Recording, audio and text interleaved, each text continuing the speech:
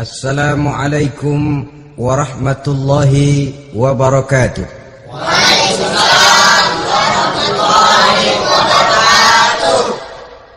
Bismillahi walhamdulillah, wassalatu wassalamu ala sayyidina rasulillah wa ala alihi wa sahbihi wa mawalah.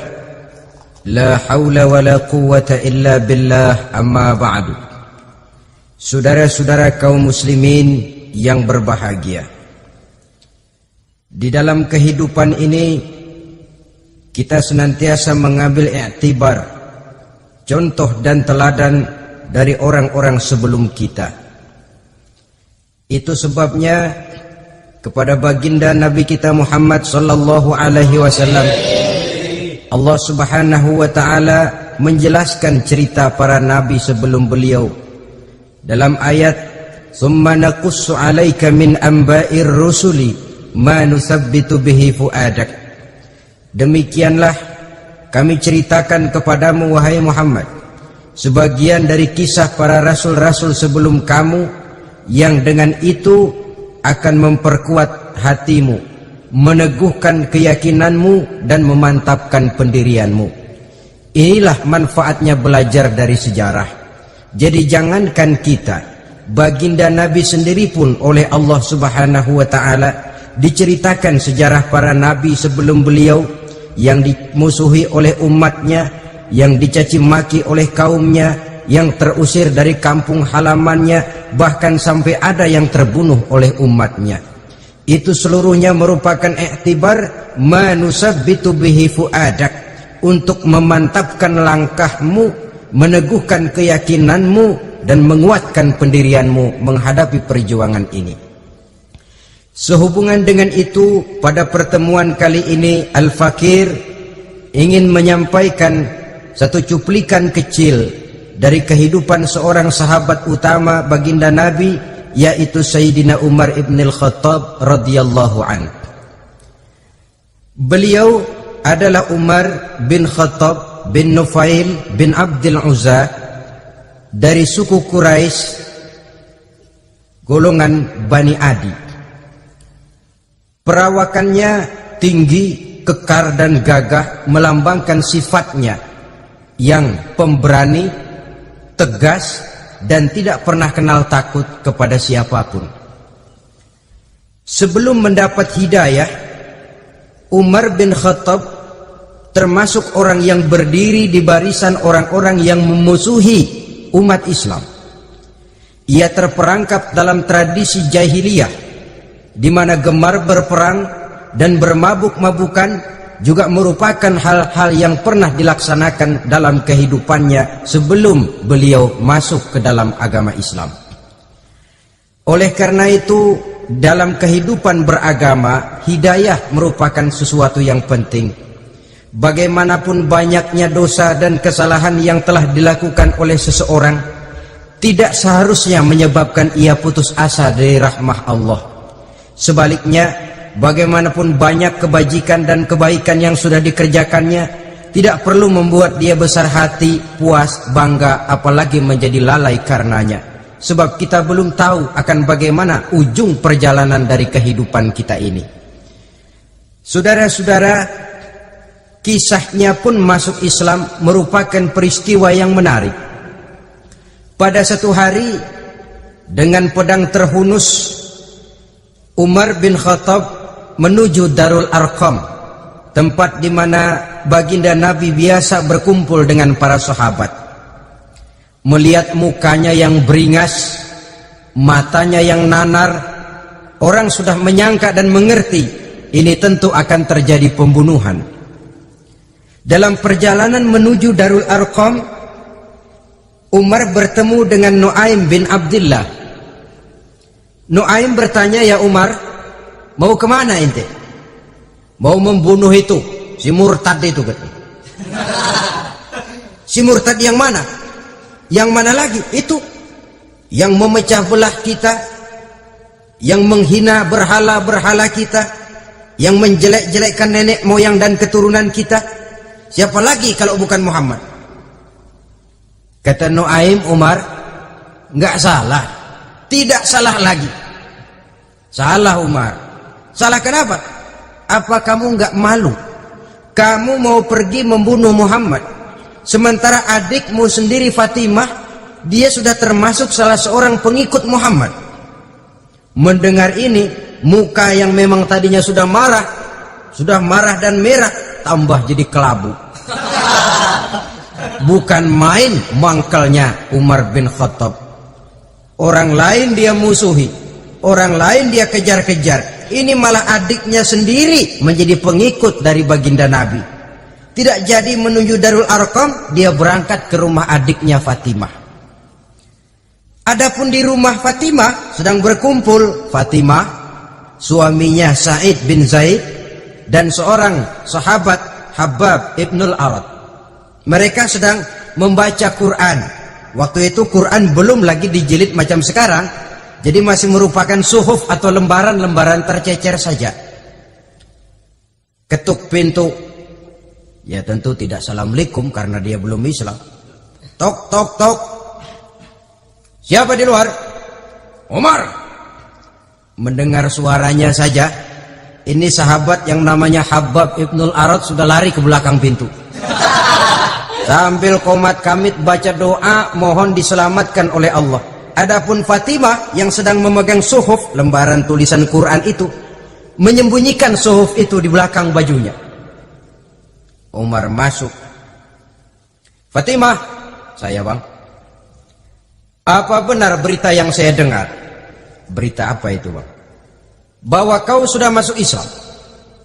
Bang, andai kata Muhammad memang benar, bagaimana? Sudahlah, jangan belit-belit. Jawab saja, kau masuk Islam benar atau tidak? Ya. Saudara hadirin, begitu dikatakan iya, tangannya langsung melayang, menampar muka adiknya ini, sehingga mengalir darah dari hidungnya. Suaminya Sa'id bin Zaid yang mencoba melindungi istrinya, dipegang lehernya, dibanting, diduduki dadanya. Oh, ini jawara ini.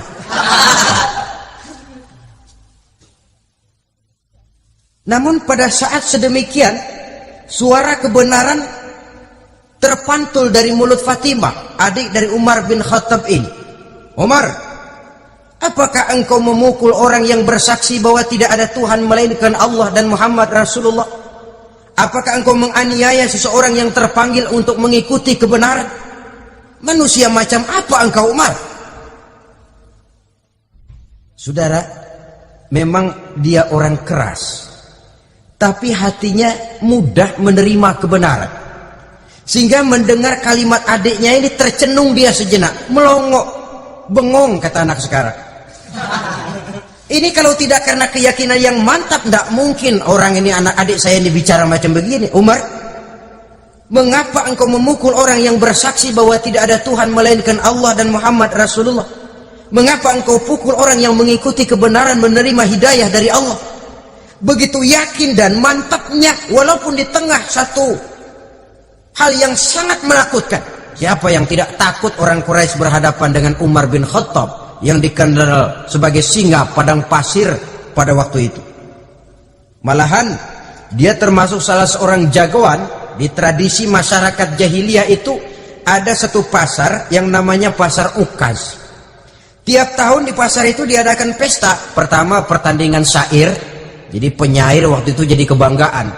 Syair-syair yang menang itu digantung di dinding Ka'bah. Jadi setiap suku akan bangga kalau mempunyai ahli syair yang hebat. Nah, lalu diadakan juga lah perlombaan balap kuda, memanah, termasuk gulat.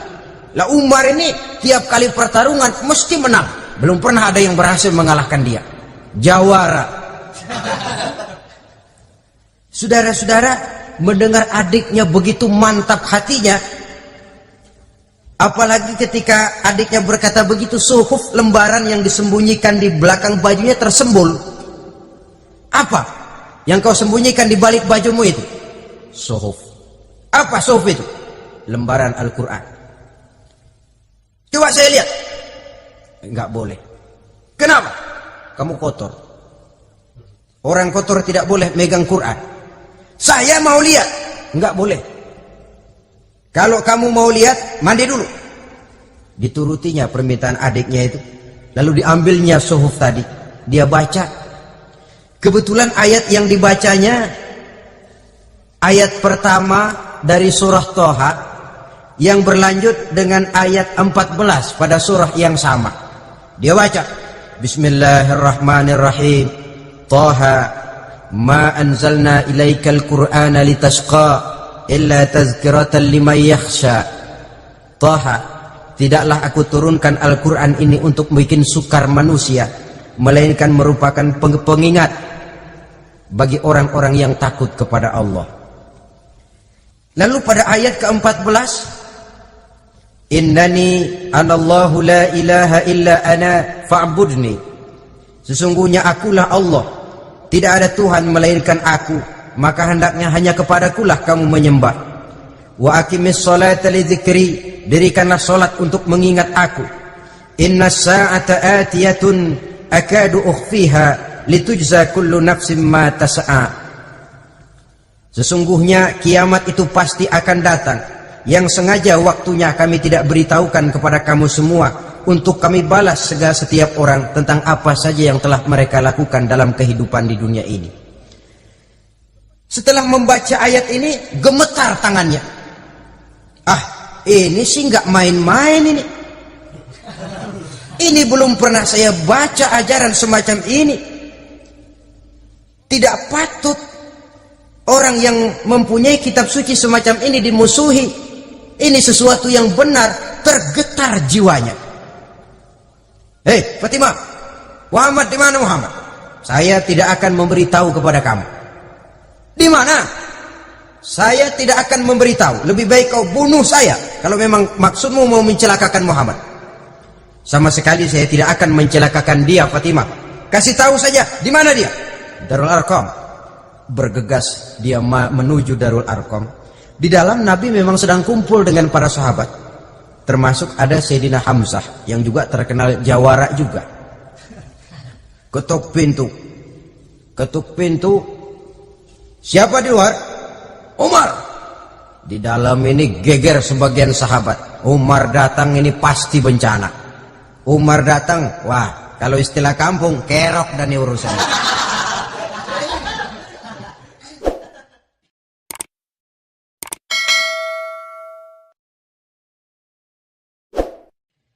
Tapi baginda Nabi menenangkan mereka. Tenang, mudah-mudahan ada hikmahnya.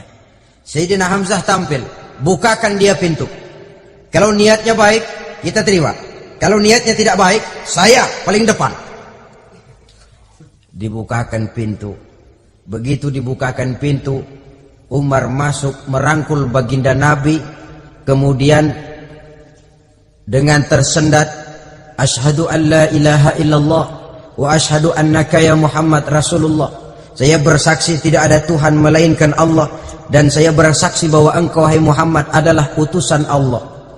Sahabat takbir semua, Allahu Akbar, Allahu Akbar. Kegembiraan meliputi suasana ketika itu. Kenapa? Karena sebelumnya dikala Umar belum masuk Islam, dia merupakan ganjalan yang paling dikhawatirkan oleh umat Islam. Setelah dia masuk Islam, jelas merupakan satu keuntungan yang sangat besar. Dan dia tertarik kepada Islam bukan karena bujuk rayu orang, tidak karena diberikan harta, tidak karena diiming-iming oleh kedudukan tinggi, tapi karena kebenaran, hidayah menembus hatinya melalui wasilah ayat dalam surah Toha yang dibacanya melalui suhuf yang dipegang oleh adiknya tadi. Sejak saat itu berubah 180 derajat Umar bin Khattab radhiyallahu anhu. Tetapi tetap dengan sifatnya keras, tegas, dan tidak pernah kenal takut kepada siapapun. Cuma kalau sebelum Islam, dia kerasnya kepada Islam. Setelah dia masuk Islam, muter arah. Kepada siapapun yang memusuhi Islam, dia bersikap keras, tegas, dan tidak pernah kenal takut. Bahkan setelah beliau masuk Islam, satu hari ketika di Darul Arqam kumpul-kumpul, waktu itu Nabi belum berdakwah secara terbuka karena pengikut masih sedikit. Sayyidina Umar usul, "Ya Rasul, ada apa Umar? Alasna 'alal haq fi mamatina wa mahyana?" Ya Rasul, bukankah kita ini berdiri di atas sesuatu yang benar? Bukankah mati kita, hidup kita untuk melaksanakan sesuatu yang benar? Bala ya Umar, betul Umar. Wallazi nafsi biyadih, innakum la'alal haq in muttum wa in hiyitum. Demi Allah Umar, kata Nabi, sesungguhnya kamu dan kita semua berdiri di atas kebenaran, hidup ataupun mati. Setelah mendapat jawaban begini, Umar masuk kepada tujuan pembicaraannya. Izan ya Rasul, fafimal ikhtifaf. Kalau memang begitu ya Rasul, kalau memang kita yakin kita berdiri di atas kebenaran, kita hidup karena kebenaran, kita mati pun memperjuangkan kebenaran, fafimal ikhtifaf. Kenapa mesti ngumpet-ngumpet? Kenapa harus sembunyi-sembunyi? Wallazi ba'asaka bil haq, demi Allah ya Rasul, la takhrujanna wa la nakhrujanna ma'ak. Tuhan harus keluar menyampaikan Islam ini secara terbuka, dan kami akan mendampingi Tuhan dengan segenap jiwa dan raga. Sekali masuk Islam gak tanggung-tanggung. Yang kayak begini ini yang kita perlukan sekarang ini. Begitu masuk Islam gak tanggung, seluruhnya jiwa dan raganya masuk Islam. Beliau yang pertama kali mengajukan ide, kenapa harus dakwah sembunyi ya Rasul? Wong kita berdiri di atas kebenaran, memperjuangkan sesuatu yang hak. Kalau kita mati, kita pun mati membela kebenaran. Kenapa mesti fafimal ikhtifaq? Kenapa harus sembunyi-sembunyi?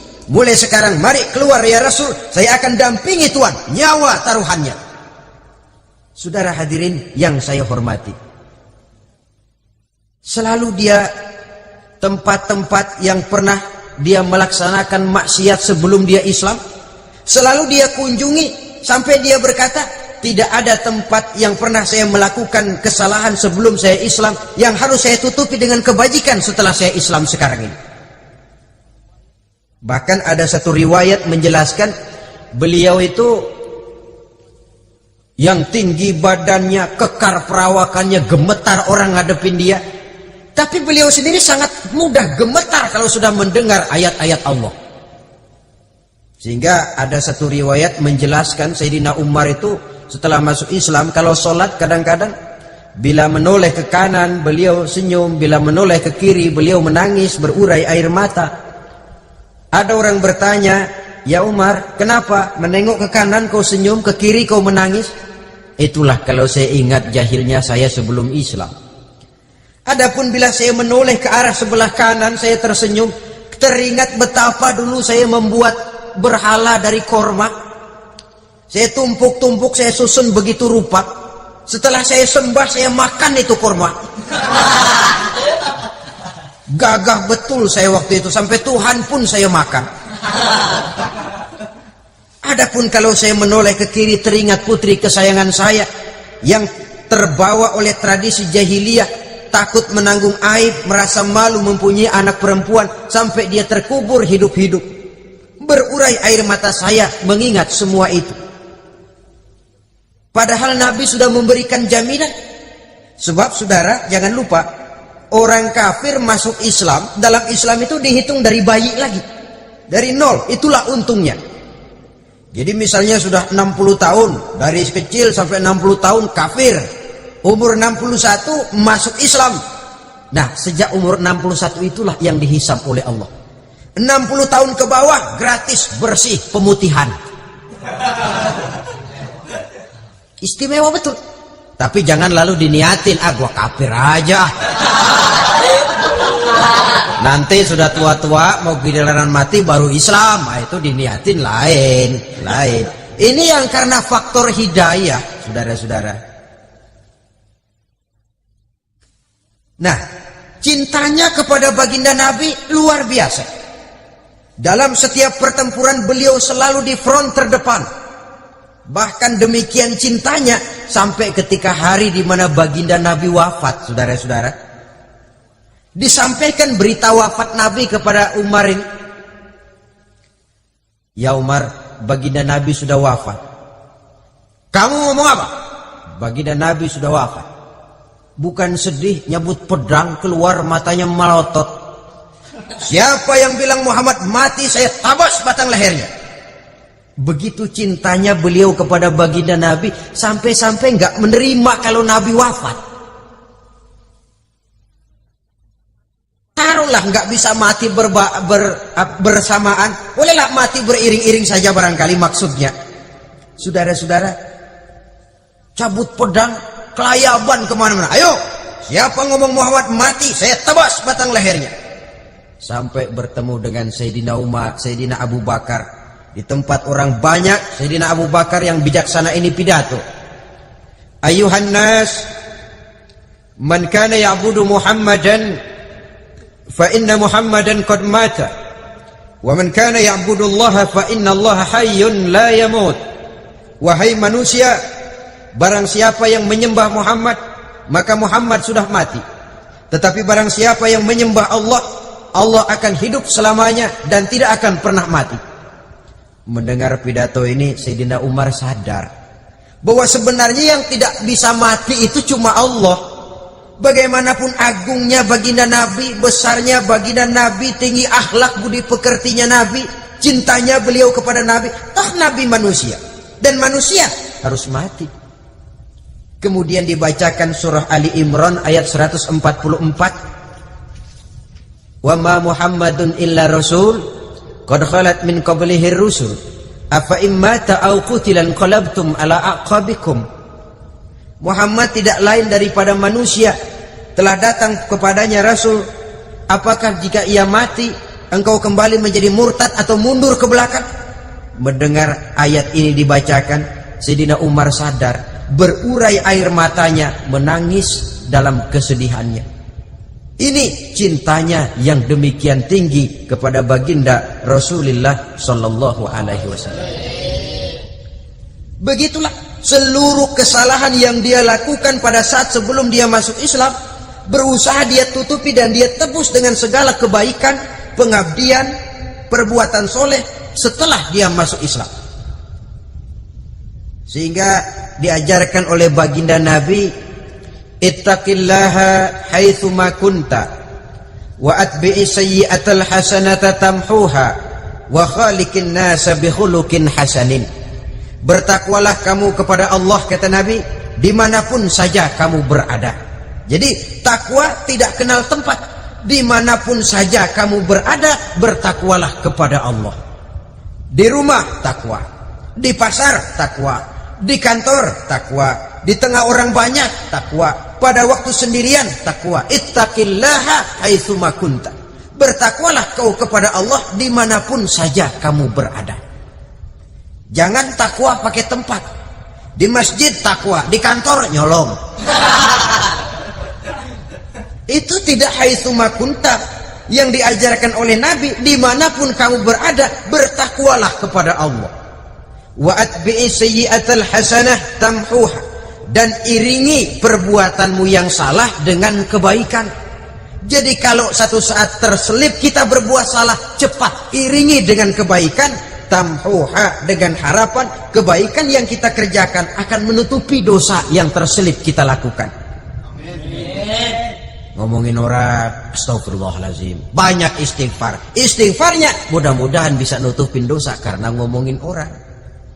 Tapi jangan lalu tambal sulam, ngomongin orang istighfar, terus ngomongin lagi istighfar lagi. Itu tentu tidak bisa dengan cara begitu. Barangkali terselip pernah mengambil harta orang tanpa alasan yang hak, imbangi dengan rajin sedekah misalnya. Barangkali pernah menyakiti hati orang, imbangi dengan perbuatan yang bisa menyenangkan hati orang lain. Itu namanya mengiringi perbuatan yang bersifat salah dengan kebajikan. Ini yang dilakukan oleh Sayyidina Umar. Setiap pelosok hampir dia datangi. Tempat-tempat di mana dia pernah melakukan kesalahan sebelum Islam, di sana dia tegakkan kebajikan dan kebaikan. kegagahannya, keperkasaannya, keberaniannya sepenuhnya bulat-bulat sudah diwakafkan untuk kepentingan Islam. Saudara hadirin yang saya hormati, diperlukan orang-orang yang punya keberanian macam Sayyidina Umar. Berani karena panggilan hidayah, bukan berani babi. Babi berani juga babi, cuman nyeruduk. Artinya berani yang tanpa pertimbangan. Berani yang tanpa pertimbangan pada akhirnya akan menyulitkan kita sendiri. Beliau gagah, beliau berani, beliau punya kekuatan, beliau punya wewenang, dan itu dimanfaatkannya untuk menjadi backing baginda Nabi kita Muhammad sallallahu alaihi wasallam. La takhrujanna wa la nakhrujanna ma'ak ya Rasul. Rasul, keluar, sampaikan dakwah secara terbuka. Saya akan mendampingi Tuhan. Jika ada yang ganggu Tuhan, saya paling depan.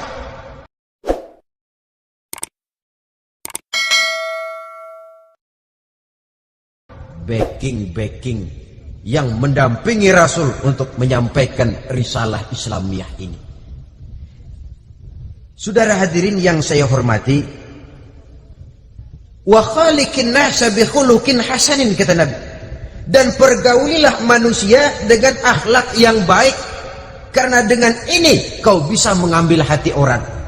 Dalam hadis lain katakan, innakum la tas'una an-nasa bi amwalikum walakin yasauhum minkum bastul wajhi wa husnul khuluq. Kamu tidak akan bisa menyenangkan orang banyak dengan hartamu, tapi kamu bisa ambil hati mereka dengan budi pekerti yang luhur dan muka yang manis. Dengan harta belum tentu kita bisa menyenangkan semua orang, tapi budi pekerti yang luhur, muka yang manis, itu yang akan bisa membuat kau menyenangkan orang banyak. Setelah baginda Rasul wafat, pernah ketika berkumpul, Sayyidina Abu Bakar berkata kepada Sayyidina Umar, "Ya Umar, saya baiat kamu untuk menjadi khalifah." Jawab beliau, "Sayalah yang akan membaiat Tuan. Tapi Anda lebih utama dari saya Umar. Keutamaan saya akan saya berikan kepada Tuan untuk mendukung kekhalifahan Tuan." Di sini kelihatan wataknya yang tidak ambisius, gagah, berani, perkasa, tapi tahu diri, nggak nyelonong, tidak menggunakan kekuasaannya, kegagahannya untuk maksud yang sewenang-wenang. Oleh karena itu, setelah Sayyidina Abu Bakar wafat, beliau dilantik menjadi khalifah. Keluarlah pidatonya yang terkenal, "Ayyuhan nas, inni qad wullitu alaikum walastu bi khairikum." Hai manusia, aku telah dipilih menjadi pemimpin kamu, padahal aku bukanlah orang yang terbaik di antara kamu. Kalau tidaklah karena aku melihat keutamaan, keteguhan yang dapat melindungi kalian, berat rasanya aku memikul amanah ini. Sebab apa? Alangkah beratnya menunggu datangnya perhitungan di akhirat nanti terhadap Umar. Ini yang jadi motifnya memegang jabatan khalifah.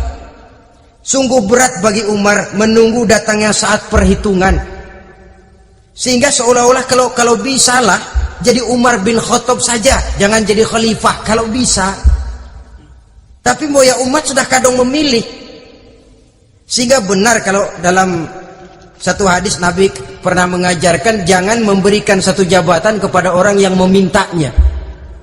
Sebab orang kalau sudah minta jabatan, apalagi pakai jilat-jilat, pakai upeti-upeti, tentu ada tendensinya. Ada batu di balik udang. Kalau udang di balik batu kan mungkin nggak kelihatan, tapi kalau batu di balik udang kelihatan betul itu.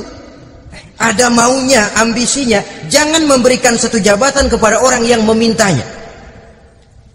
Seakan di batinnya Sayyidina Umar menyesali.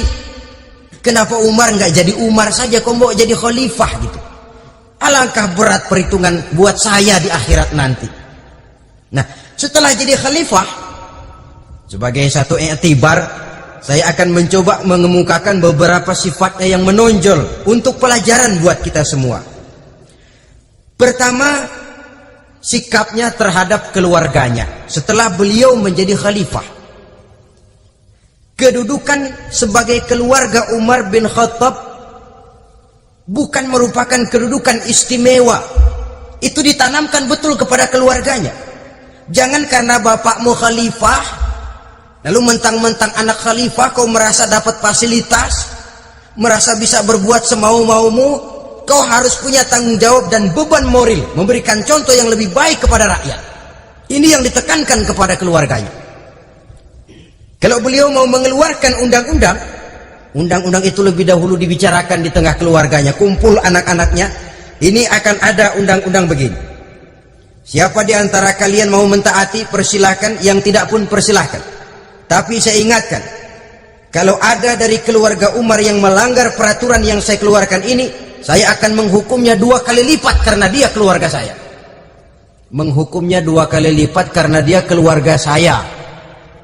Jadi bukan mentang-mentang anak babe lalu kebal hukum. Tidak. Siapa yang di antara kalian melanggar peraturan ini, akan aku kenakan hukuman 2 kali lipat karena dia keluargaku. Nah, saudara hadirin yang saya hormati, lalu berwibawa, dijaga betul keluarganya. Suatu hari beliau datang ke rumah putranya Abdullah bin Umar. Ketika masuk dilihatnya Abdullah bin Umar sedang makan daging. Makan daging.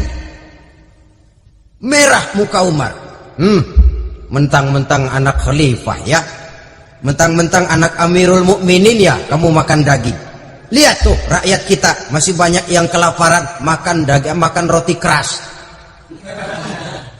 Padahal itu halal. Sesuatu yang diperoleh dengan usahanya sendiri. Tetapi begitu hati-hatinya Umar untuk menjaga pandangan orang. Keluarga khalifah merupakan beban moral sebab akan dijadikan contoh oleh rakyatnya.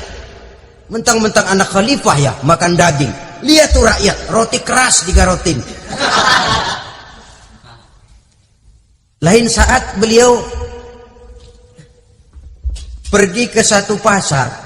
Di situ dilihat ada sapi gemuk-gemuk. Tempat lain sapinya kurus-kurus.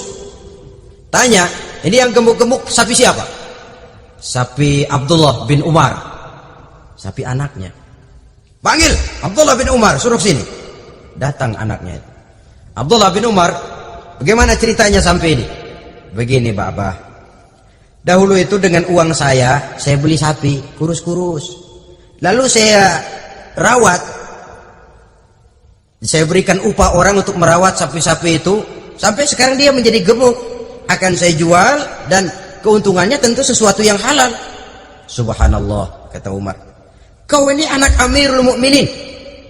Jual sapimu. Ambil modalnya, untungnya, masukkan Baitul Mal untuk urus kepentingan orang Islam.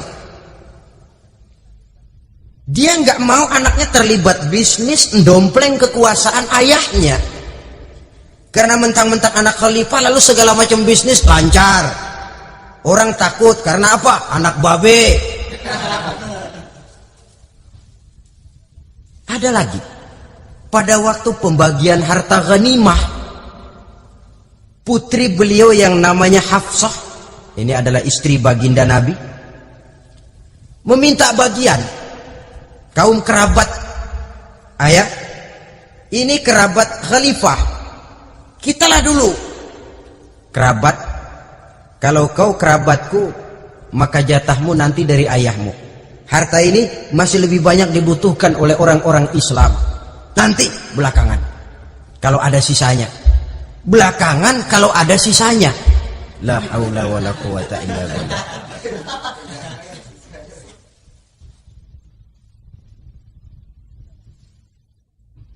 Saudara hadirin, itu terhadap keluarganya.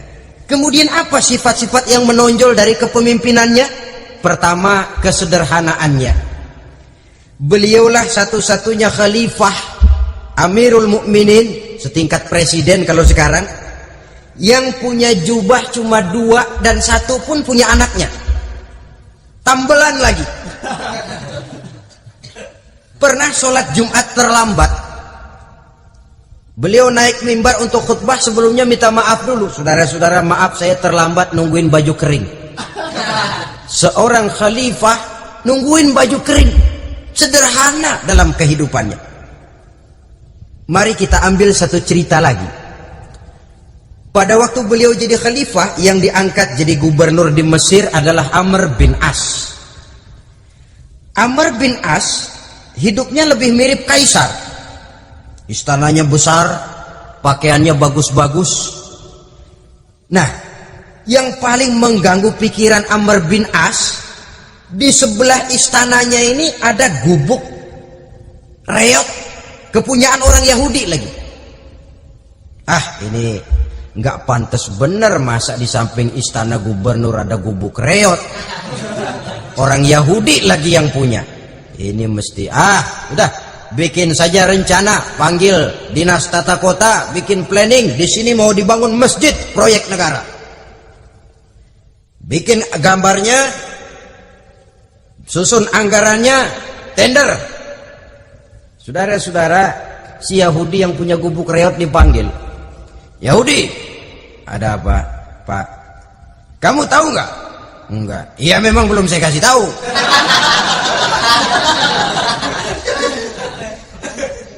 Ada apa, Pak? Itu kamu punya gubuk, tahu? Kena proyek. Proyek apa, Pak? Kami mau bangun masjid besar di situ, dan tidak sesuai ada gubuk reot di samping tempat gubernur. Jadi maksud Bapak, gubukmu, tanah-tanahnya mau saya bebaskan, saya beli. Enggak mau, Pak, saya enggak mau jual. Saya bayar 2 kali lipat. Enggak mau.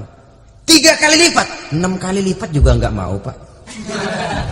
Saya dari muda peres keringat banting tulang cuma segitu-gitunya, Pak, tempat saya tinggal. Gubuk reot sama tanahnya sedikit, makmur saya, Pak, cuma rumah sama sumur.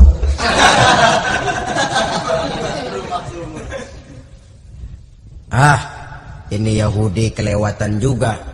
Akhirnya turun perintah, sudah, kalau dia nggak mau dibebaskan, gusur saja, tarik, ambil bulldozer, gusur. Yahudi ini berurai air matanya. Aduh, begini jadi rakyat kecil, udah jatuh ketiban ember lagi. Tapi pikir-pikir Amr bin As kan bukan yang paling atas, dia kan cuma pejabat, masih ada atasannya lagi. Lapor, lapor.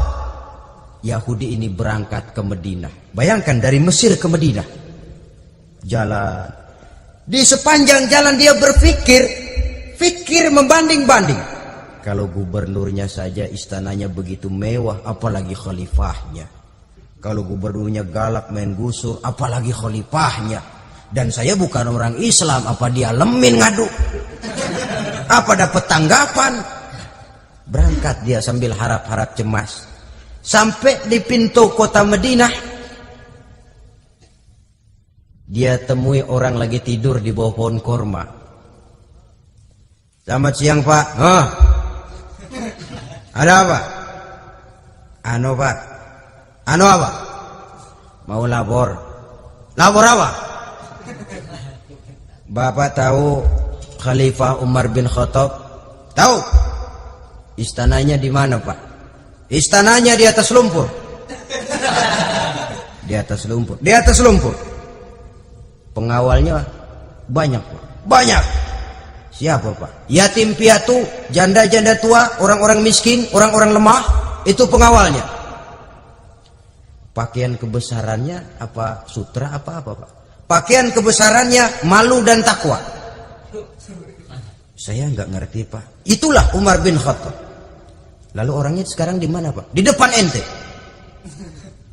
Rupanya yang dia tanya itulah orangnya. Gemeter Yahudi ini, keringat bercucuran. Coba, istananya di atas lumpur. Sebab beliau berprinsip, bagaimana saya bisa menghayati nasib rakyat kalau saya tidak merasakan apa yang mereka rasakan? Bagaimana saya nggak bisa tahu sakitnya lapar kalau saya belum pernah kelaparan? Itu prinsipnya. Istananya di atas lumpur. Para pengawalnya yatim piatu, janda-janda tua, orang-orang miskin. orang-orang lemah dan tidak mampu, dan pakaian kebesarannya malu dan takwa. Kamu dari mana? Dari Mesir, Pak. Ada apa? Mau laporan gubernur Bapak di Mesir yang namanya Amr bin As. Kenapa? Main gusur aja, Pak. Ceritanya? Iya, dia mau bangun masjid. Kebetulan di areal itu saya punya tanah sama gubuk segitu-gitunya. Saya nggak mau dibeli, digusur, Pak. Saya mau mencari keadilan. Begini. Kamu lihat tempat sampah itu? Lihat. Di situ banyak tulang. Coba kamu ambil kemari satu, tulang unta, bawa sini. Bingung Yahudi. Pak, saya kemari mau cari keadilan. Kalau tulang mah di Mesir juga banyak, Pak. Sudahlah, pokoknya kau ambil saja tulang itu. Dicoker-coker, dapat, dikasih. Tulang itu digaris lurus oleh Sidina Umar dengan ujung pedang. Right. Nah, nih, kau bawa kepada Amr bin As.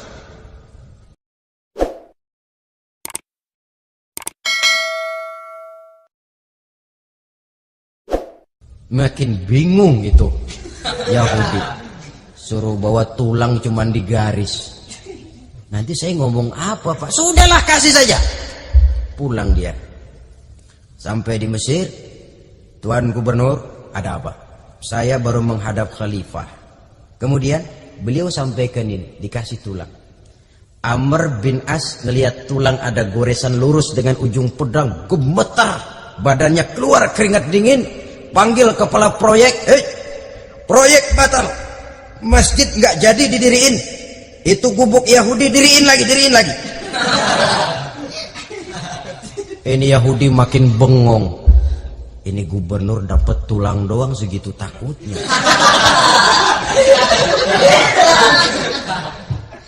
Ada apa sebenarnya, Tuan Gubernur? Kamu tahu? Ini nasihat pahit buat saya dari Amirul Mukminin Umar bin Khattab. Seolah-olah beliau bilang, "Hai Amr bin As, jangan mentang-mentang sedang berkuasa ya. Pada suatu saat kau akan jadi tulang-tulang kayak begini. Maka mumpung kamu masih hidup dan berkuasa, berlaku lurus dan adillah kamu seperti lurusnya garis di atas tulang ini." Keren. Lurus, adil, jangan bengkok. Sebab kalau kamu bengkok, nanti aku yang luruskan pakai pedangku. Siapa yang nggak ngeper digituin? Sampai akhirnya apa? Kata si Yahudi, Pak, kalau begitu Islam adil ya. Adil. Kalau gitu biarin dah, Pak. Tanah saya. Mau kamu jual? Bukan saya jual, Pak, saya kasih aja dah. Campur gubuk-gubuknya, ambil aja dah.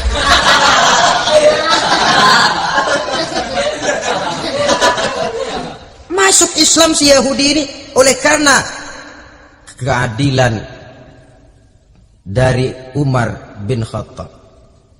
Begitulah kesederhanaan hidupnya. Sampai saudara, yang ironi betul,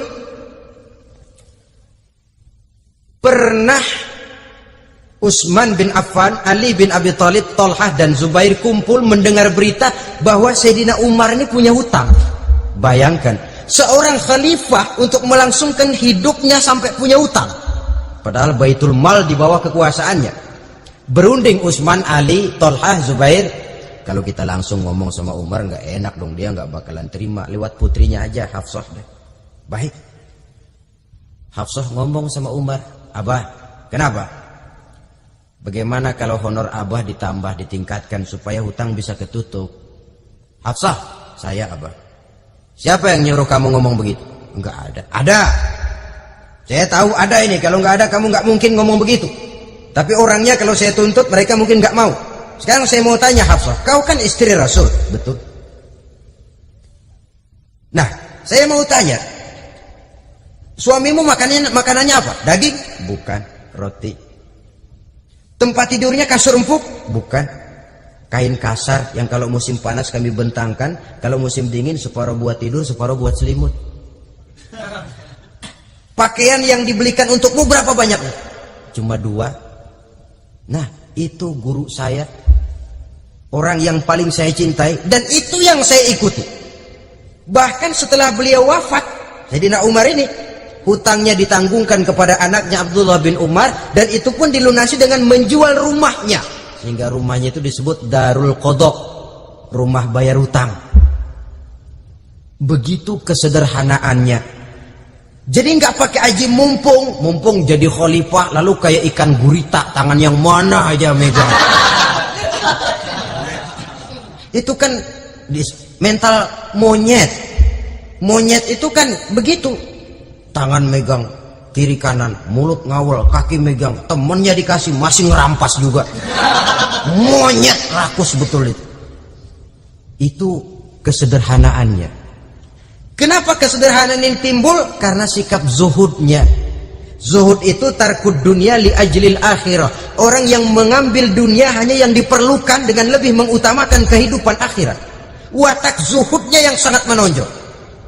Dialah pahlawan yang paling berani di medan perang. Dialah imam yang paling khusyuk di masjid. Dan tidak jarang kalau sholat sendiri, begitu membaca ayat yang menceritakan neraka, nangis berkurai air matanya.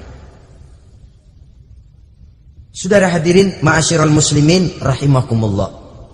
Jadi kesederhanaan dan kezuhudan ini bukan lewat teori disampaikan oleh Umar, bukan lewat penataran seluruh aparat, tidak, lewat contoh konkret. Inilah saya, contoh sederhana dan zuhud.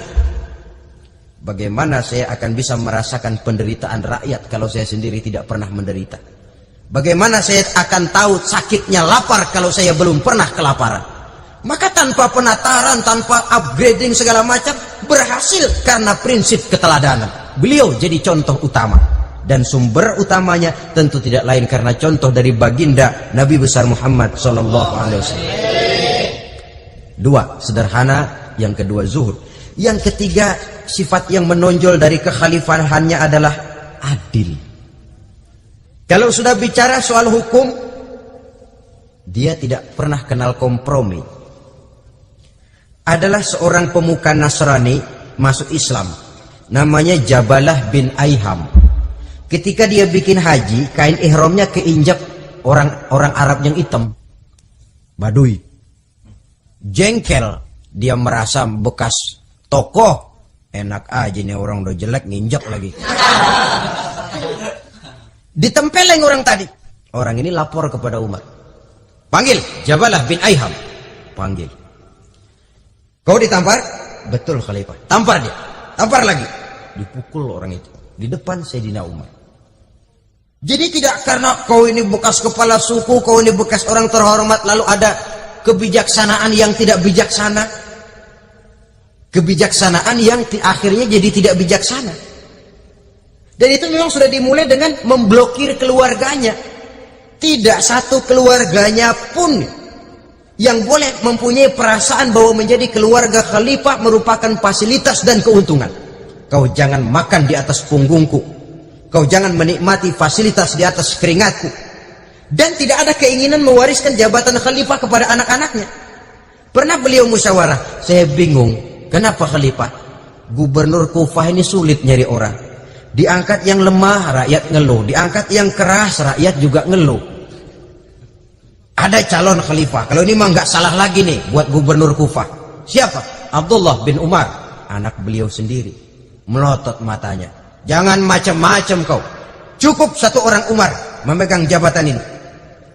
Kalau berhasil, kami keluarga Umar sudah merasakannya. Kalau gagal, cukup kegagalan seorang Umar. Tidak berusaha mengorbitkan anaknya, wah anak babe diangkat jadi ano, tidak, malah diblokir, cari yang lain. Tapi Abdullah bin Umar cukup syarat ya khalifah, dia orang bertakwa dan soleh. Yang takwa dan soleh bukan cuma anak Umar, anak orang lain juga banyak yang takwa dan soleh. Itu prinsipnya. Sehingga ketegasannya ini membuat orang jadi sungkan. Dan tidak seorang pun berani kirim-kirim upeti hadiah. Pernah itu ada pejabat dari Azerbaijan kirim makanan, kue, mending apa? Kue.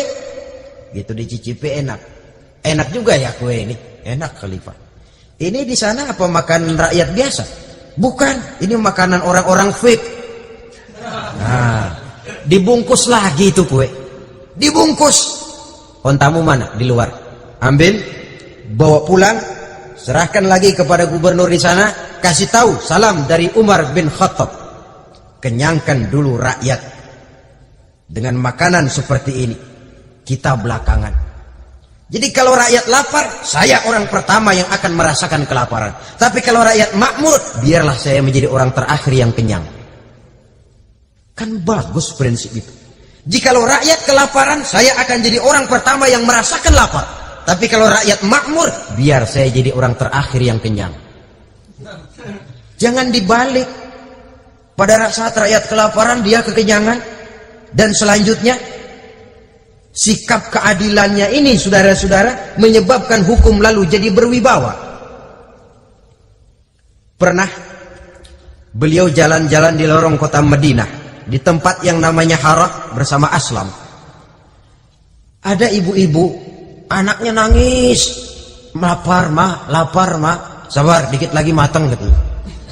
Emang tuh ibu lagi ngerebus, bunyi air ngegulak, luguk. Umar lihati dari jauh, belum juga matang. Nih anak dari nangis lapar sampai capek nangis sampai tidur. Anak tidur, Umar samperin, Bu, emang masak apa sih kok nggak bisa matang? Saya nggak masak apa-apa tuan. Itu pating kerubuk apa? Ketika dibuka ya cuma air saja. Subhanallah, ibu sudah ngebohongi anak ibu sendiri. Habis harus bagaimana tuan? Saya sudah nggak punya makanan untuk dimasak. Sementara perut nggak kenal kompromi. Jalan satu-satunya ya terpaksa anak saya bohongi. Saya bilang sebentar lagi matang sampai dia tidur sekarang ini. Memangnya Khalifah Umar gimana sih ngurusi rakyat? Subhanallah, dia orang zalim. Dia yang memegang urusan kami, tapi dia nggak tahu nasib saya. Anak kelaparan, keluarga terlantar. Oh begitu. Iya, zalim betul Umar bin Khattab itu. Kalau begitu ibu tunggu sebentar. Dia pulang bersama Aslam menuju Baitul Mal. Dia ambil tepung 1 karung, dipikul sendiri. Dipikul sendiri, kata Aslam, ya Khalifah biar saya yang bawa. Jangan. Kenapa Khalifah? Apa kau kira kau sanggup mikul dosa saya di akhirat nanti? Biar saya yang mikul sendiri. Dia bawa ke tempat tuh ibu-ibu. Dia masakin sendiri. Nah Bu, sudah matang, persilakan masak. Makan. Alhamdulillah Tuan. Mudah-mudahan Allah memberkahi Tuan. Tuan lebih baik dari Umar bin Khattab yang zalim itu. Memang sebenarnya Tuan siapa, kata tuh ibu? Saya. Iya. Saya ya Umar bin Khattab yang ibu bilang zalim itu. Gemetar si ibu. Tapi memang peka dan menghargai kritik orang. Tidak membungkam setiap orang yang nadanya sumbang atau berbeda. Kadang beliau berkata, saya khawatir karena orang terlalu segan dengan saya lalu nggak ada yang berani negor kalau saya salah. Kan begitu biasanya.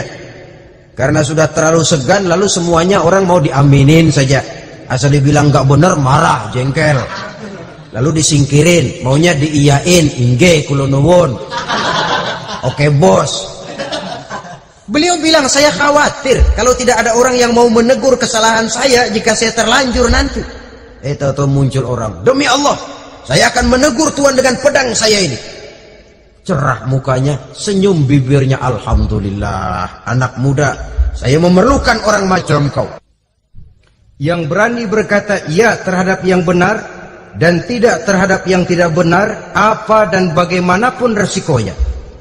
Di sini kelihatan sikap beliau menghadapi orang yang berbeda pendapat. Keadilan, keberanian dan ketegasan, cepat menerima kebenaran, merupakan serentetan dari sifat-sifat utama beliau sejak masuk Islam sampai menjadi khalifah yang kedua. Bahkan dengan jasa beliau, Islam kemudian tersebar, menembus dinding Jazirah Arabia, memasuki Bizantium dan Persia, sehingga beliau juga dikenal sebagai periode Al-Futuhat Al-Islamiyah. Nah, saudara-saudara, inilah cuplikan kecil dari kehidupan seorang agung dan besar yang memang sangat terbatas kata-kata untuk melukiskan kebesaran itu. Namun yang secuplik ini mudah-mudahan menjadi sumbangan moral dalam rangka kita memperbaiki diri menuju kehidupan yang lebih baik. Terima kasih banyak atas segala perhatian. Mohon maaf atas segala kekurangan. Usikum wa nafsi bitaqwallah. Wassalamualaikum warahmatullahi wabarakatuh. Waalaikumsalam